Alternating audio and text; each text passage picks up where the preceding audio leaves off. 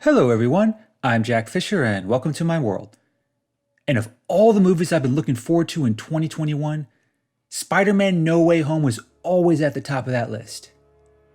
Now I know that list is a bit skewed due to the events of 2020, but I think the build-up, hype, and excitement surrounding this movie spoke for itself. I think it goes without saying, but this was, by every measure, the most ambitious Marvel movie since Avengers Endgame. It wasn't just the next step in Spider-Man's journey within the MCU, it was a culmination.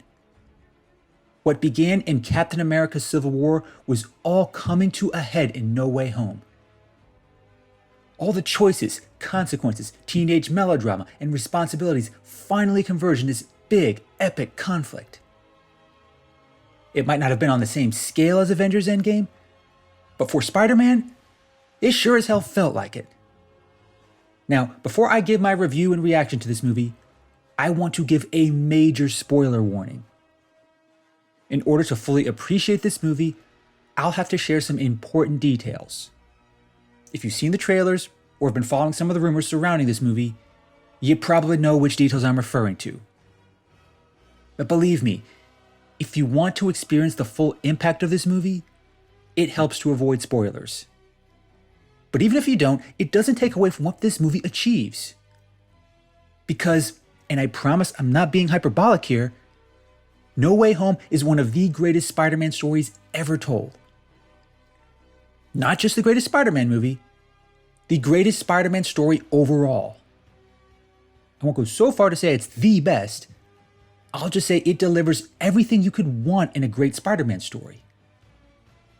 Action, drama, romance, heartbreak, jokes, banter, and great villains, this movie really does check all those critical boxes. And I say that as someone who has had mixed opinions about Tom Holland's Spider-Man. Don't get me wrong, his take on the character has been great. When he showed up in Civil War, he proved that he understood the essence of Peter Parker. But when it came to the actual movies, they've only been average to good in my opinion. Homecoming did a great job of establishing the character, but I thought Far From Home was underwhelming. Throughout that movie, Peter came off as a bit of an ass, and the dynamics between him and Zendaya's MJ left a lot to be desired. However, that movie was critical in setting the stage for No Way Home.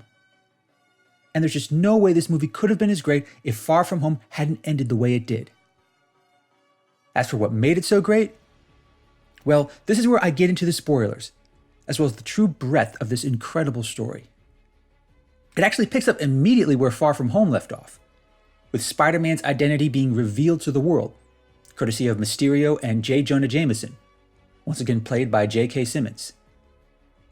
To say this complicates Peter's life, both as a superhero and as a typical teenager, would be a cosmic-level understatement. It's a complication we've seen play out in the comics in plenty of stories. Spider-Man's identity gets exposed, and his entire world gets turned upside down. Suddenly, his friends, family, and loved ones are all more vulnerable. He's hounded by the media, the police, and even ordinary strangers.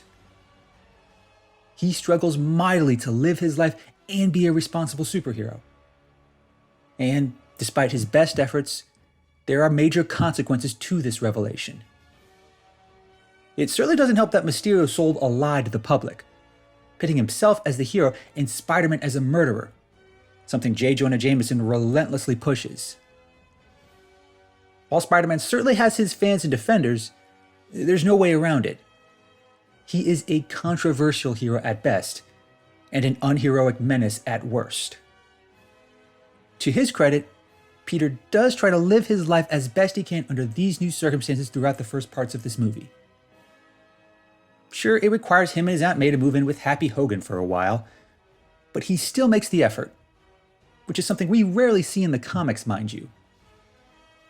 Unfortunately, those efforts just aren't enough. It's not just that being a superhero and a teenager is hard, it's that the people he cares about are paying a price for just knowing him. They're being arrested by the cops. Their college applications are getting rejected.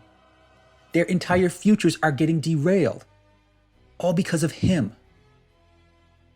Eventually, Peter decides that drastic measures are needed. And that's where Doctor Strange comes in. He basically asks Doctor Strange to cast a spell that'll make the world forget that Peter Parker is Spider-Man. It's very risky, and Wong warns against it. But ultimately, Strange agrees to it. But then more complications enter the mix. And once again, they're entirely Peter's fault. He keeps wanting some exceptions within that spell.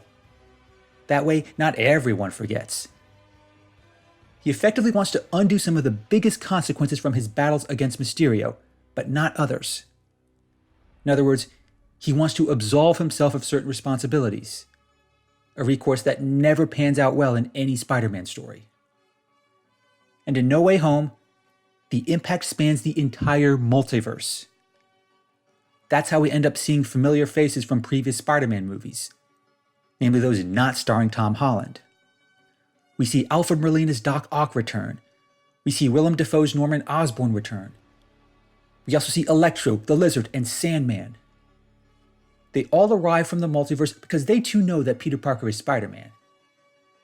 And they all have a legitimate reason for going after him, as well as his loved ones.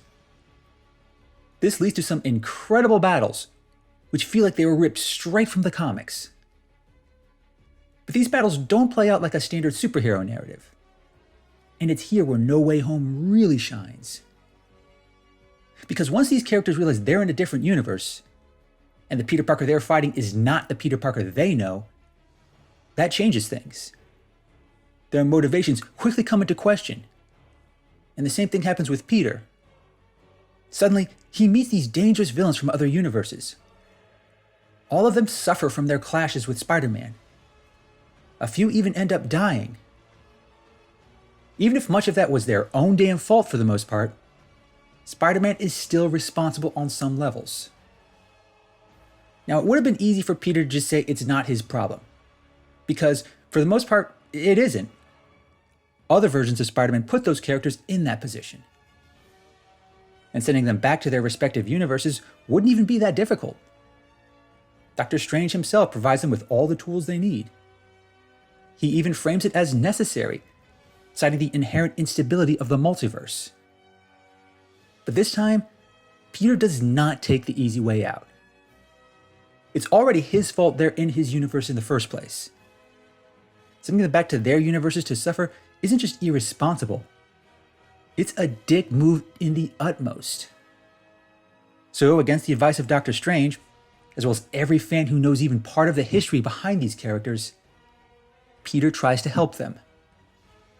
Now that's easier for some more than others. Doc Ock and Sandman aren't full-blown psychopaths. They're just misguided or suffering from the effects of their respective conditions. But for Norman Osborn and Electro, that's much more difficult. Not to mention dangerous. That danger ultimately comes back to bite Peter. Even if his intentions were good, he still suffers for it. More so than he did in the previous two movies. And this time, doing the right thing costs him his Aunt May, the last family he has left in this world. It is a truly heartbreaking moment, by far one of the biggest in the MCU to date. It's framed like the death of Uncle Ben, but this time, the message of power and responsibility hits a lot harder. Because, like it or not, Peter is responsible for all this. He's the reason these people ended up in his universe. He's the reason why the spell was cast in the first place. He wanted to have it all, to escape the consequences of his actions. And he pays a very high price for that. Throughout his history, Spider-Man is at his best and worst when he faces such consequences. It often forces him to become a better hero, learning and often relearning that being selfish, even after you've endured a heavy loss, it doesn't help in the grand scheme of things. And when you're a hero, when you wield great power, the stakes are that much higher. And you must be willing to rise to the occasion. In the comics, that mantra is frequently belabored. But the comics also have a nasty tendency to undo some of the most egregious consequences to Spider-Man's actions. There have been times when Peter's identity got exposed. There have been times when loved ones are on the brink of death. But, time and again, those stories get undone or retconned, sometimes by magic, time travel, or clones. No matter what happens in the comics, there's always a general reversion to a certain status quo. But that doesn't happen in No Way Home. As the title itself implies, there's no going back to the days of having a secret identity with a handful of friends who know that identity. He has to accept this harsh new reality, as well as the losses that come with it. He also has to confront the consequences of his choices. There's just no avoiding it, and there's no magic spell to change that. But, and this is another major spoiler, he doesn't have to face this alone. Because, in addition to these well-known villains coming over from another universe, other versions of Spider-Man arrive as well. That includes the Spider-Man played by Tobey Maguire in the Sam Raimi trilogy, and the Spider-Man played by Andrew Garfield. Yes, all those rumors were true, and yes, the crowd in the theater cheered loudly when they showed up. I admit, I also cheered too. As someone who still loves the Tobey Maguire Spider-Man, how could I not? It's the kind of fan service that Marvel Studios has perfected over the past decade.